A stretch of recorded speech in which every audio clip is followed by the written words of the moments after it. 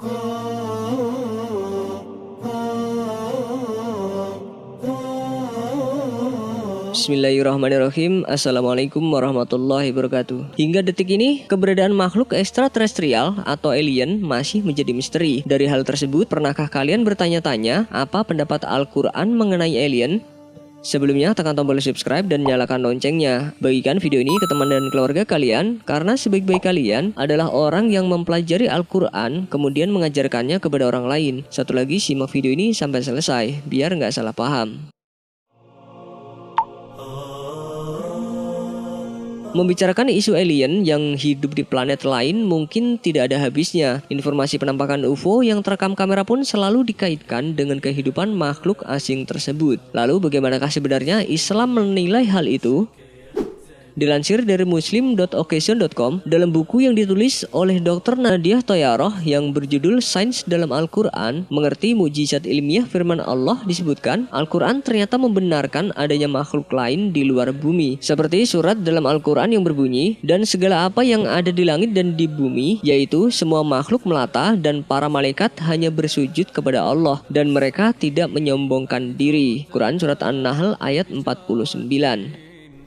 Selain itu, salah satu surat dalam Al-Quran yang menyimpan petunjuk adanya makhluk luar angkasa adalah surat Asy-Syura. Di antara tanda-tandanya ialah menciptakan langit dan bumi dan makhluk-makhluk yang melata yang dia sebarkan pada keduanya. Dan dia maha kuasa mengumpulkan semuanya apabila dikehendakinya. Quran Surat Asy-Syura ayat 29. Dilansir dari kompas.com, menurut Jamaluddin, Kepala Lembaga Penerbangan dan Antariksa Nasional, surat tersebut mengisyaratkan tentang adanya makhluk bergerak selain di bumi, juga ada di langit atau luar bumi. Namun belum ada bukti ilmiah mereka pernah mendatangi bumi. Dalam pencarian planet layak huni, biasanya para astronom mensyaratkan 3 hal, yaitu suhu, kandungan air, dan ada tidaknya unsur organik. Jarak planet dengan bintangnya akan menentukan suhu di planet. Jika suhunya bisa membuat air tetap dalam kondisi cair, maka akan diteruskan untuk mengetahui adakah kandungan air dan unsur organik sebagai pertanda adanya kehidupan di sebuah planet itu. Allah Subhanahu wa taala menegaskan dalam surat An-Nur ayat 45 di mana semua makhluk melata yang diterangkan sebelumnya adalah terbuat dari air, dan Allah menciptakan semua makhluk melata dari air. Quran Surat An-Nur ayat 45. Dari firman tersebut, maksud dari kata dabbah atau makhluk melata itu ialah makhluk hidup yang anggota tubuhnya disusun dari air sebagai unsur pembentuk utamanya. Dimanapun makhluk itu berada, pengertian itu sesuai dengan firman Allah. Dan Allah menciptakan semua makhluk melata dari air. Sebagian dari mereka ada yang berjalan di atas perutnya, sebagian lagi berjalan dengan 2 kaki, dan sebagian yang lain berjalan dengan 4 kaki. Allah menciptakan apa yang Dia kehendaki. Sungguh Allah Maha Kuasa atas segala sesuatu. Quran Surat An-Nur ayat 45. Selain itu, dalam surat Al-Jasiyah juga menjelaskan isyarat planet layak huni di luar bumi. Dalam surat tersebut tertulis, dan Dia telah menundukkan untukmu apa yang di langit dan apa yang di bumi semuanya sebagai rahmat daripadanya. Sesungguhnya pada yang demikian itu benar-benar terdapat tanda-tanda kekuasaan Allah bagi kaum yang berfikir. Quran Surat Al-Jasiyah ayat 13.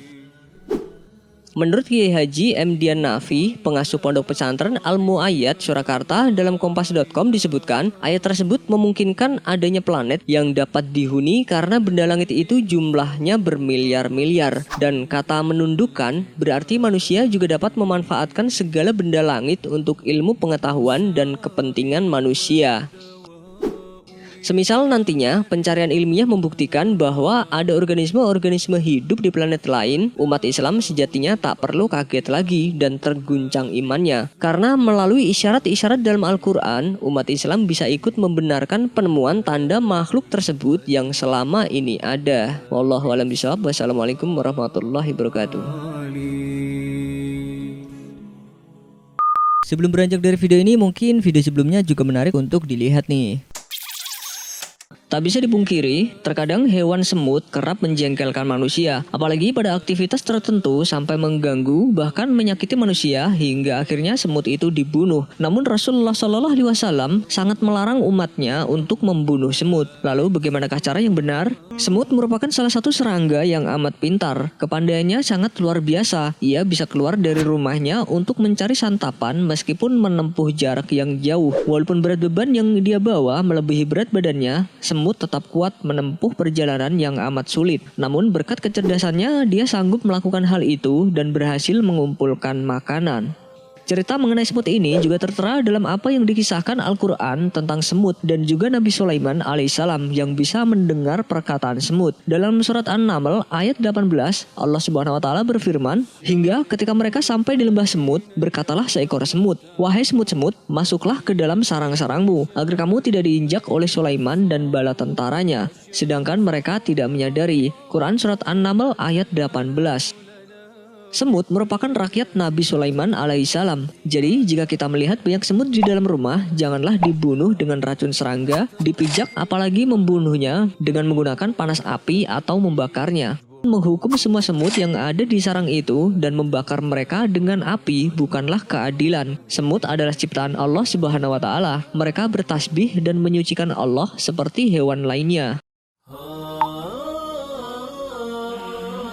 Manusia tidak boleh membunuh semut, sebagaimana tidak boleh membunuh binatang lain kecuali hewan yang menyerang dan mengganggu. Dalam sebuah hadis terdapat larangan membunuh semut, tawon dan burung hudhud serta burung surat. Dari Ibnu Abbas radhiyallahu anhu, ia berkata, Nabi Shallallahu Alaihi Wasallam melarang membunuh 4 hewan: semut, lebah, burung hudhud dan burung surat. Hadis riwayat Abu Daud.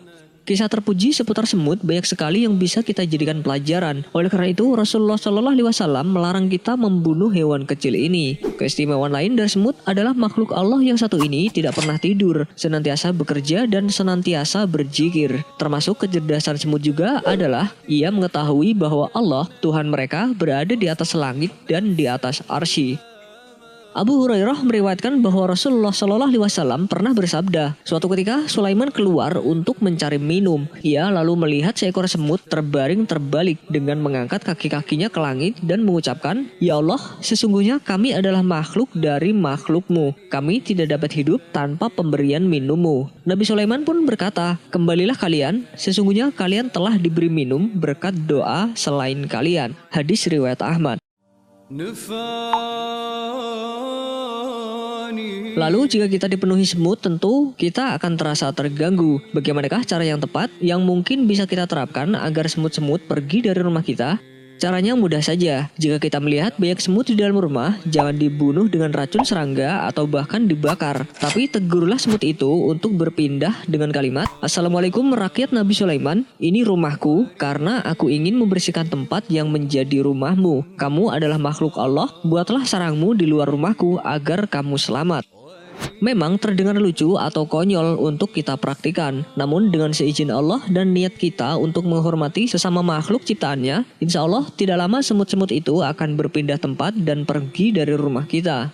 Dalam sebuah riwayat disebutkan dari Abdullah bin Mas'ud radhiyallahu anhu, ia berkata, "Kami pernah bersama Rasulullah Shallallahu Alaihi Wasallam melewati sebuah sarang semut yang telah terbakar. Lalu Nabi marah dan bersabda, 'Sesungguhnya tidak patut bagi manusia untuk menyiksa dengan siksaan Allah.'" Hadis riwayat Ahmad dan An-Nasa'i.